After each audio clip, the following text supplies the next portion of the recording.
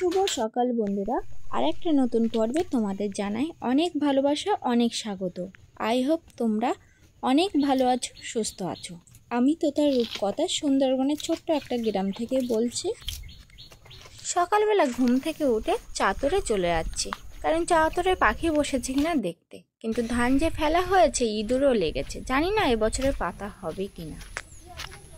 আর আমার বাবা এ মাথার থেকে সে মাথায় একটা দড়ি বেঁধে রেখেছে, দেখতে পাচ্ছ? এই মাথার থেকে দড়িটা ধরে টান দিলে ওই মাথায় কিছু বোতল বাঁধা আছে, শব্দ হবে আর পাখি সব উড়ে চলে যাবে। সকালে টাইম কলে জল এসেছিল, জল বালতিতে ভরে একটু আটা লবণ দিয়ে গরু দিতে চলে আসলাম সকালবেলা। যেহেতু সারা রাত ওরা গোয়ালে ছিল, সকালে একটু খড়ও দেওয়া হয়েছে, তাই একটু জল দিতে হচ্ছে। সব গরু জল দিয়ে দিলাম, দেখতেই পাচ্ছ গরুগুলো খাচ্ছে। আর এদিকে আমি চলে গেলাম একটা গাছ তুলতে। অনেক দিন আগে এই গাছটা দেখে এসেছিলাম। এই গাছটার নাম কি তোমরা জানো? অনেকেই চিনলে চিনতে পারো।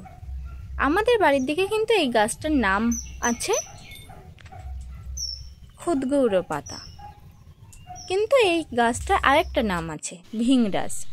তো আমি অনেক ভিংরাজ গাছ তুলে বাড়িতে এসে রুইয়ে দিলাম উঁচু একটা জায়গায়। যে পরিমাণে বৃষ্টি হচ্ছে সেই কারণে এখন আমি ঝুড়ি আর আঁশকুড়ি নিয়ে চলে যাচ্ছি বিলে। দেখলাম বিলে প্রচুর পরিমাণে হয়েছে, ওখান থেকে আমি তুলতে যাবো। কারণ এই ভিংরাজ গাছ দিয়ে কিন্তু তেল তৈরি হয়, মাথার তেল। তাই আমি বাড়িতে মাথার তেল তৈরি করব, তাই তুলতে চলে যাচ্ছি বিলে। আর দেখতে পাচ্ছ এখানে প্রচুর পরিমাণে কিন্তু হয়েছে। যেসব গাছগুলি একটু বয়স হয়ে গেছে, পাতাগুলি একটু হলুদ হলুদ টাইপের হয়ে গেছে। তো আমি তুলে আনতে যাচ্ছি, কারণ প্রচুর পরিমাণে হয়েছিল। তাই এই যে দেখলে আমি আঁশকুড়ি দিয়ে তুলে নিলাম। এখন আমি বাড়িতে চলে এসেছি। প্রথমে যেসব গাছ তুলেছিলাম সেগুলো তো রুইয়ে দিয়েছি, আর এই গাছ থেকে আমি পাতা কেটে কেটে নিয়ে রুইয়ে দেবো বাদ বাকিটা। দুপুর হয়ে গেছে, আমার বাবা মাও খেতে বসেছে। আজ কিন্তু বৃহস্পতিবার, পুরো নিরামিষ। আর বাইরে প্রচুর পরিমাণে বৃষ্টি হচ্ছে, দেখতে পাচ্ছ তোমরা, সাদা করে বৃষ্টি হচ্ছে।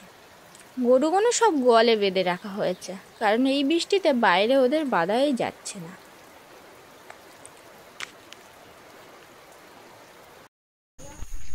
এখন আমি সারা দিন পর একটু বাইরের দিকে রাস্তার দিকে যাব, কারণ এত পরিমাণে বৃষ্টি হচ্ছিল যে রাস্তা তো দূরের কথা, বারান্দায়টুকু আসবো সেটুকু সাহস হচ্ছিল না। আর এখন একটু কমেছে বৃষ্টি, হালকা হালকা পরিমাণে বৃষ্টি হচ্ছে। তো রাস্তার দিকে চলে এসেছি। আর এদিকে আমি দেখতে পাচ্ছি আমার মা পিসিমার সঙ্গে গল্প করছে। তো আমি একটু উত্তর পাড়ার দিকে হেঁটে আসি। অনেকক্ষণ ঘরের মধ্যে ছিলাম বৃষ্টির কারণে। তো আমাদের বাড়ির দিকে সবাই বংশী দিয়ে মাছ ধরছে বিলে। তো আমি অনেক দিন বলার পরে আমার বাবা দুটো বংশী নিয়ে এসেছিল, কিন্তু ওটা পুঁটি মাছ ধরার মতো বংশী ছিল না। তাই আমি বললাম এ দুটো বংশী ফেরত দিয়ে ছোট ছোট বংশী নিয়ে এসো। তো বললে ঠিক আছে, তাই আনতে গেছে। হয়তো আমি কালকে থেকে ছিপ দিয়ে মাছ ধরতে পারবো, কি মজা। আর এখন আমি রাস্তা দিয়ে হাঁটতে যাচ্ছি, আর রাস্তায় দেখতে পাচ্ছ প্রচুর পরিমাণে কাদা আর স্লিপ সেই পরিমাণে।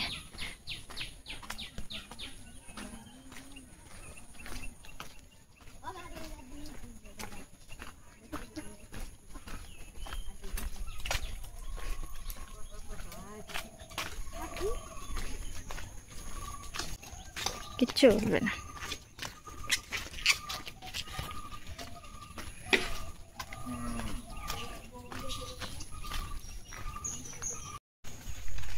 তো আমি এখন বাড়িতে চলে এসেছি, আর আমার মা এখন গরুর জল দিয়ে দিচ্ছে।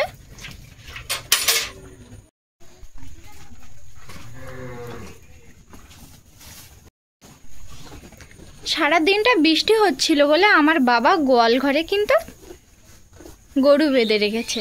এই গোয়াল ঘরে আছে 4টে, আর এই দিকের গোয়াল ঘরে আছে 1টা।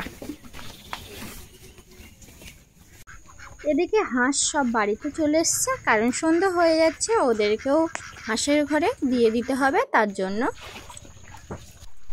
তো বন্ধুরা, ভিডিওটা এখানেই শেষ করছে। দেখা হচ্ছে আগামীকাল দুপুর 3টের সময়। ততক্ষণ তোমরা সুস্থ থাকবে, ভালো থাকবে। আর যারা আমার চ্যানেলটিকে এখনও সাবস্ক্রাইব করোনি, অবশ্যই সাবস্ক্রাইব করে দিও। তোতার রূপকথা। তোমরা সুস্থ থাকো, ভালো থাকো, টাটা।